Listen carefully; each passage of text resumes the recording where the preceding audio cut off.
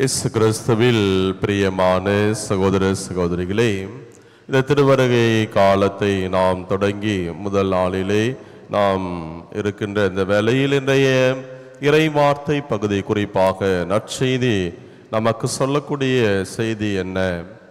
தாழ்ச்சி என்கின்ற அந்த புண்ணியத்தினுடைய உண்மையான அர்த்தத்தை நாம் உணர்ந்து கொண்டு அதன் வழியாக கடவுளிடமிருந்து நிறைய ஆசீர்வாதங்களை நாம் பெற வேண்டும் என்கின்ற செய்தியைத்தான் இன்றைய நற்செய்தி நமக்கு தெள்ள தெளிவாக சொல்கிறது. அமெரிக்காவை சார்ந்து அந்த மிக சிறப்பான ஒரு அறிஞர், பல்வேறு கண்டுபிடிப்புகளை கண்டுபிடித்தவர் சாமுவல் மோர்ஸ் என்ற அந்த அறிஞர். ஒரு முறை பத்திரிகையாளர்கள், நிருபர்கள் அவரை சந்தித்து பல கேள்விகளை கேட்டார்கள். அதிலே ஒரு கேள்வி, உங்களுடைய வாழ்க்கையில் பல கண்டுபிடிப்புகளை நீங்கள் கண்டுபிடித்திருக்கிறீர்கள், உதாரணம் தந்தி போன்றவற்றையெல்லாம் கண்டுபிடித்தவர் அவர்தான். ஏதாவது ஒரு சூழ்நிலையிலே எதுவுமே ஒன்றும் புரியாமல் விழித்து கொண்டிருந்த சூழல் உங்களுக்கு என்றைக்காவது வந்திருக்கிறதா என்று கேள்வி கேட்டார்கள். அப்பொழுது அந்த அறிஞர் சொன்னார், ஒரு முறை அல்ல, பல முறை அது போன்ற ஒரு இக்கட்டான ஒரு சூழ்நிலை, ஏதாவது ஆராய்ச்சிகளை கண்டுபிடித்து கொண்டே போகிற போது ஒரு இடத்திலே ஒன்றுமே புரியாது, அடுத்த படி என்ன செய்வது என்றே விளங்காத ஒரு சூழ்நிலை ஒரு முறை அல்ல, பல முறை நான் அனுபவித்திருக்கிறேன் என்று அந்த அறிஞர் சொன்னார். அப்படிப்பட்ட சமயத்தில் நீங்கள் என்ன பண்ணுவீர்கள் என்று அந்த நிருபர்கள் கேட்டார்கள். ஒன்றுமில்லை, முழந்தாள் படியிட்டு கடவுளை நோக்கி கைகளை உயர்த்தி, இந்த இக்கட்டான ஒரு சூழ்நிலையில் என்னை காப்பாற்று, வழி நடத்து என்று நான் வேண்டுவேன். அப்போது எனக்கு ஒரு வழி பிறக்கும், தொடர்ந்து அந்த வழியை நான் பின்பற்றுவேன் என்று அந்த அறிஞர் இவ்வாறு சொன்னாராம்.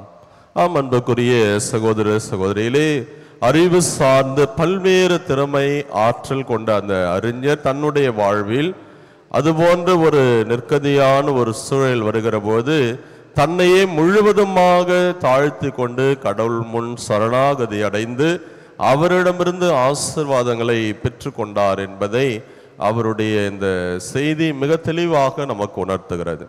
தாழ்ச்சி என்று சொன்னால் என்ன?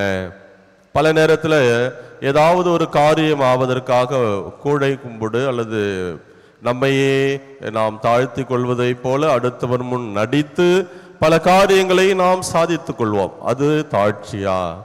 தாழ்ச்சி என்பது என்ன? மிக அழகாக சொல்கிறார்கள்.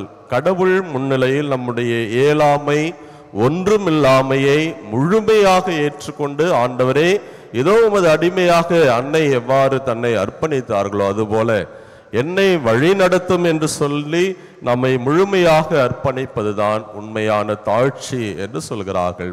இன்றைய நற்செய்திக்கு வருகிற வேளையிலே அந்த நூற்றுவர் தலைவர், அவரிடம் 100 ஆட்கள், அவர்களுக்கு பொறுப்பாளவனாக ஒரு உயரிய பதவியில் இருக்கக்கூடியவன் தான்.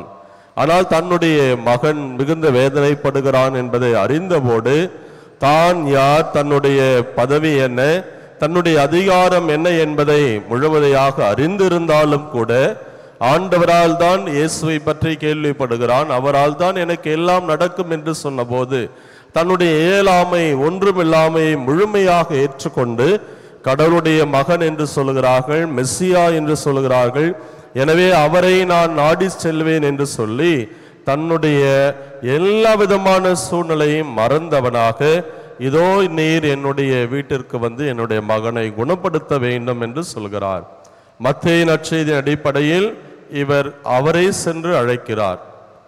ஒரு யூதன் இன்னொரு யூதனுடைய வீட்டிற்கு செல்வது என்பதே தீட்டு என்ற ஒரு நிலையில் இயேசு ஒரு யூதராக இருந்து தான் ஒரு பிற மதத்தை சார்ந்தவன், புற இனத்தான், தன்னுடைய இல்லத்திற்கு அவர் வருவாரா என்கின்ற ஒரு எண்ணம் எல்லாம் அவருக்கு இருந்தாலும் கூட, நீங்கள் என்னுடைய வீட்டிற்கு வந்து என்னுடைய மகனை குணப்படுத்த முடியுமா?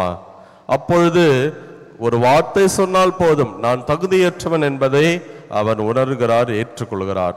லூக்கா நற்செய்தியிலே பார்க்கிற வேளையில் இங்கு லூக்கா நற்செய்தியிலே அவர் செல்லக்கூட முன் வரவில்லை, தன்னுடைய பணியாளர்களை அனுப்புகிறார். காரணம், அது தான் ஒரு புற இனத்தை சார்ந்தவனாக இருக்கிற வேளையில் ஒரு யூதனை அழைப்பது என்பது அவர்கள் வருவார்களா, தன்னுடைய தகுதி என்ன என்பதை எல்லாம் அவர் உணர்ந்து மிக தாட்சியோடு இருக்கிறதை தான் அவருடைய செயல்பாடு நமக்கு விளக்குகிறது.